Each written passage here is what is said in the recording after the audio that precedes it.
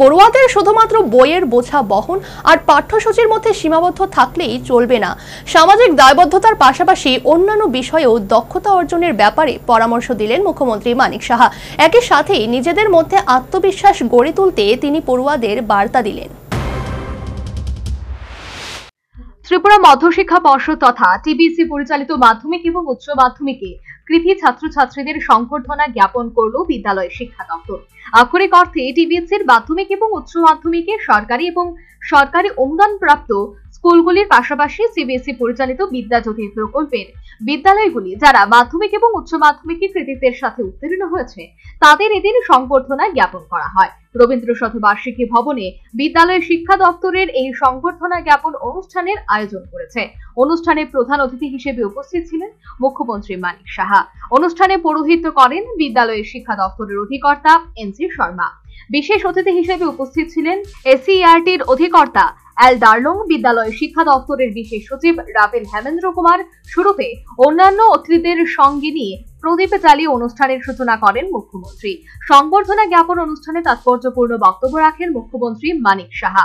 তিনি পড়ুয়াদের উদ্দেশ্যে বলেন, শুধুমাত্র বইয়ের বোঝা বহন আর পাঠ্যসূচির মধ্যে সীমাবদ্ধ থাকলেই চলবে না। সামাজিক দায়বদ্ধতার পাশাপাশি অন্যান্য বিষয়ে দক্ষতা অর্জনের ব্যাপারে পরামর্শ দিলেন মুখ্যমন্ত্রী। আগামী দিনে স্বপ্ন আমাদের দেখতে হবে। And I can do it. Everything is possible. Impossible এর মধ্যে পসিবল আছে। এই বিষয়গুলো যদি আমরা না ভাবি, আমরা না বুঝি, তাহলে আমরা কিন্তু ওই গতানুগতিক ভাবে যেভাবে চলছে আগের মতো ঝিমিয়ে সেইভাবে রাজ্যও চলবে, স্কুলও চলবে, কলেজও চলবে। আমাদের বুঝতে হবে আমি কেন পারবো না। আমার নিজের ভিতরে জিদ থাকতে হবে। আমাদের ইন্টেলেকচুয়ালি আমরা ইন্টেলেক্টের দিক দিয়ে আমাদের বাড়াতে হবে।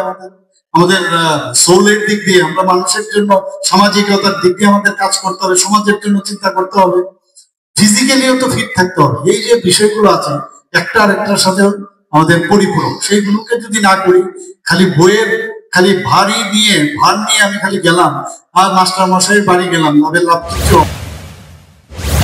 এদিন স্বয়ং মুখ্যমন্ত্রী মানিক সাহা এই কৃতি ছাত্রছাত্রীদের হাতে পূর্ব ঘোষণা অনুযায়ী ট্যাব এবং মানপত্র তুলে দেন। সর্বোপরি পড়ুয়াদের উৎসাহিত করতে এই সংবর্ধনা জ্ঞাপন অনুষ্ঠানের আয়োজন।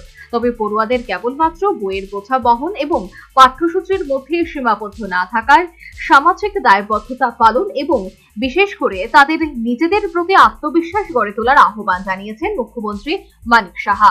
Bureau report, News vanguard.